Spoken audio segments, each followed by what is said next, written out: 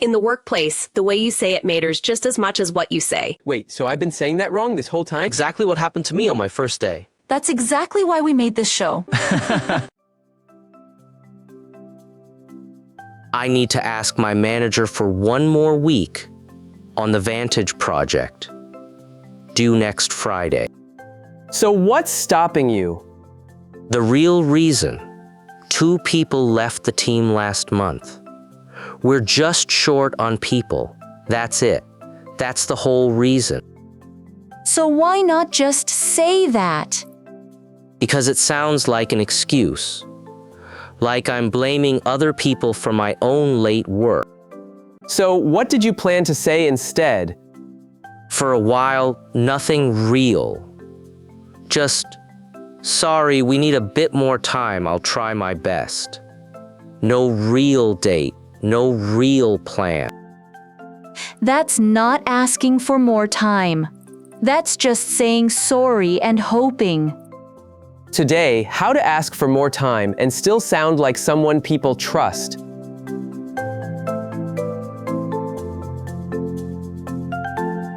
Welcome back to English in the Wild. I'm Alex. And I'm Kim. One real work problem, English you can use today. This time, asking for more time when the real reason feels too honest to say out loud. And yes, I told you it would be my turn again. At first is a pattern now. It really is. With us today, Professor Maya. She's going to explain why sorry, more time please almost never works and what actually does. The Vantage project, due next Friday. 2 people left our team in the last month. Nobody new started yet. I did the numbers on Monday. Even working full speed, we need 1 more week, not 2 days, a full week. And Vantage, what kind of client are they? Hard to work with. They check every date. Last time we were even 1 day late. They asked why 3 separate times.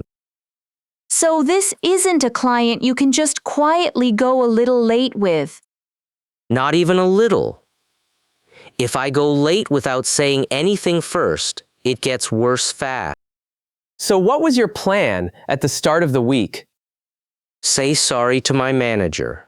Say we need more time, and hope she wouldn't ask too many questions. Did you have an actual new date ready? No, that's the part I hadn't thought about yet. So what changed your mind? I said it out loud to myself, in the mirror, on Wednesday morning. Sorry, we need more time. And it sounded exactly like what it was, an apology with nothing real behind it. Maya, why does sorry, more time please sound so weak? Because it's an apology with no plan attached. And a manager or a client doesn't actually need you to feel bad. They need to know 2 things: how late and why it won't happen again. So the sorry part isn't even the important part. Right. The feeling is not the useful part. The plan is. Sorry answers nothing. A new date answers everything. So I was giving Vantage the one thing they didn't ask for, and none of the things they actually needed. Exactly. And here's something people don't expect. Asking for more time doesn't actually hurt trust. Most people can handle a delay. What hurts trust is a delay with no clear new date and no real reason it will be different this time. Does this feel harder in a second language? Often, yes, because sorry is short and easy to say fast under pressure. A clear new date with real numbers and a real plan takes more work to build in the moment, so people say the easy sentence and skip the hard part, which is backwards. The apology can be one small sentence. The plan is the part that actually needs your full attention. Okay, so what does Kai actually say to his manager? 3 moves. All 3 turn "we're late" into something that actually builds trust, not the opposite. Move 1. Name the risk before they find it themselves. Don't wait for Friday to arrive. Go early. I want to flag something now while we still have time to plan around it. So even before I say what the problem is, Before the problem. That first line matters. It tells them you saw this coming. You're not confessing. You're warning them early, on purpose. Move 2. Give the new date, not just the delay. Never say we need more time alone. Say the exact date. We'll need until next Friday, the 14th, instead of this Friday. So it's not open. It's not a bit more time. It's one clear number. Exactly. More time could mean 2 days or 2 months. The 14th means one thing only. A clear date feels much stronger than a soft, open one. Move 3. Add one thing you're doing differently, not just the same plan, slower, something new. We're also bringing in one extra person this week, so this won't happen again next time. so it's not just we're late, sorry.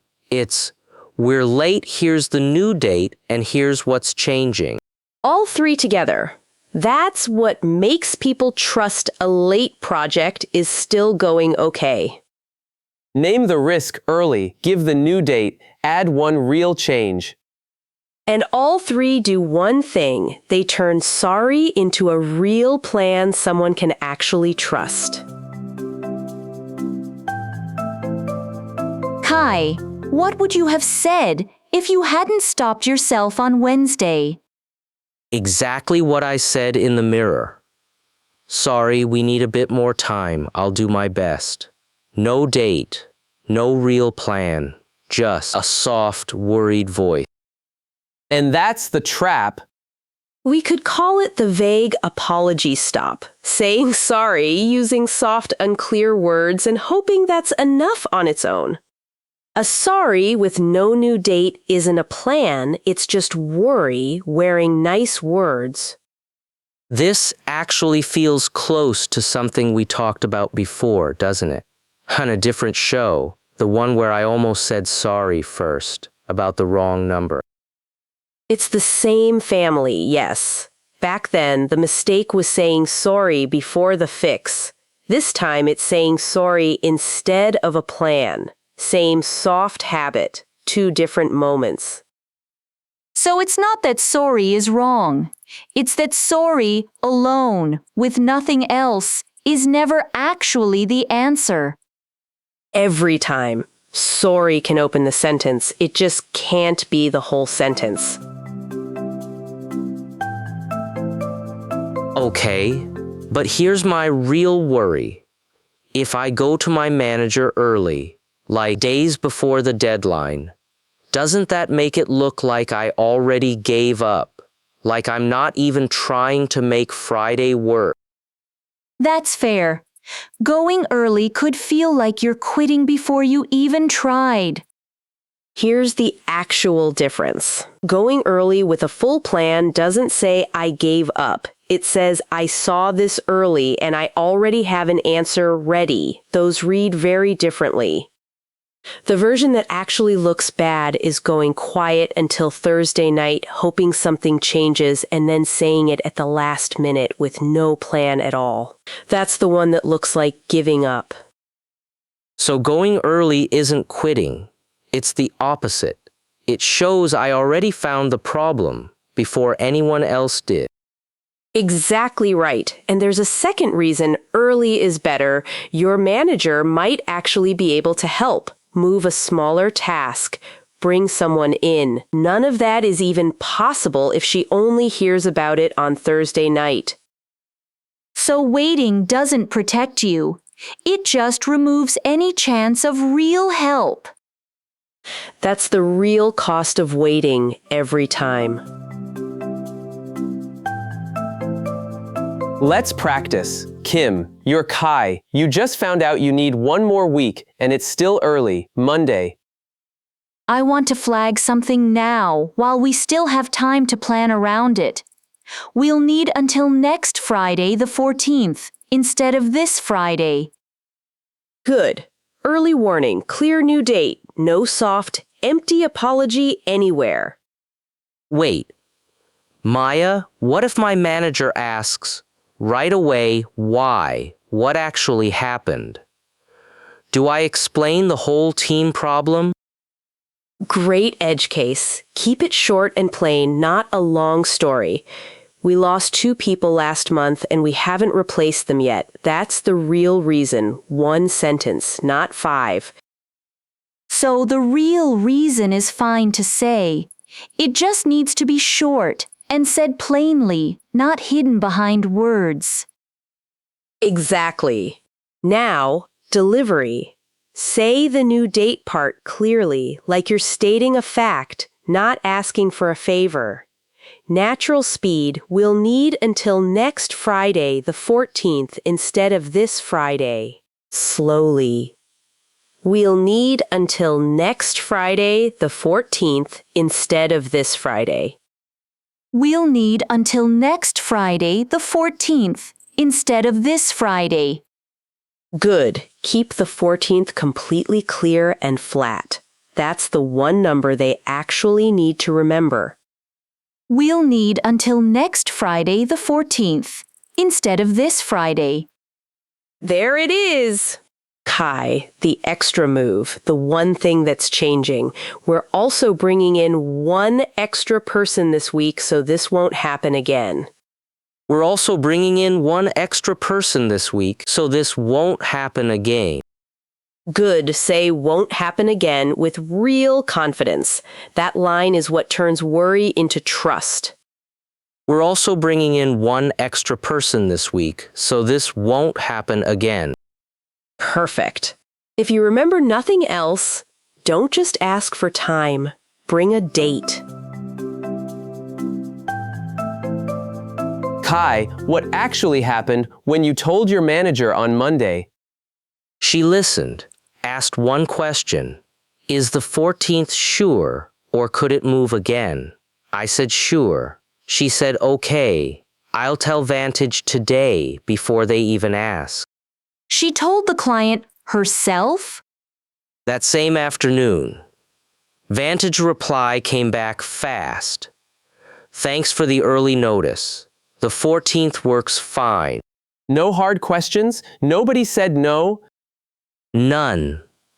The client who asks why 3 times about 1 day late said nothing at all about a full week. So the early warning did more work than the actual extra week. I think it did. My manager told me later, Vantage doesn't mind a new date.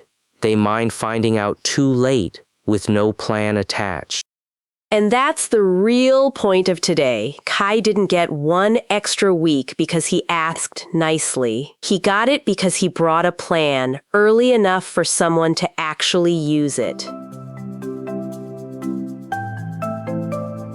Here's a clear date for you, not a soft maybe later. Subscribe today, not sometime. Today. And tell us, have you ever had to ask for more time on something real? What did you actually say first? Comment with your version of I want to flag this now while we still have time to plan around it. Bonus points if you also had a real new date ready. 3 moves from today. First, name the risk before they find it themselves. Second, give the new date, not just the delay, 1 clear number, not a soft more time. Third, add 1 thing you're doing differently so it's not just the same plan, slower. And the idea behind all 3, asking for more time doesn't hurt trust. Asking with no plan attached does. Nobody needs your apology to feel better. They need your plan to feel sure. And the bonus lesson from a client who asks why 3 times about one late day but said nothing at all about a full week. Because this time the plan came first. Turns out the hard client wasn't actually that hard. He just wanted the same thing everyone wants, a real date. Next week, Kim gets a compliment, a real one, in front of the whole team, and somehow she makes it awkward for everyone, including the person giving it. We're going to learn how to take a compliment well without turning it into an argument about whether you deserve it. Oh no, I already know which moment this is. Which one? The one where the VP said something nice and I somehow made it worse. Subscribe. You'll see. English in the wild, real English, real situations, real results.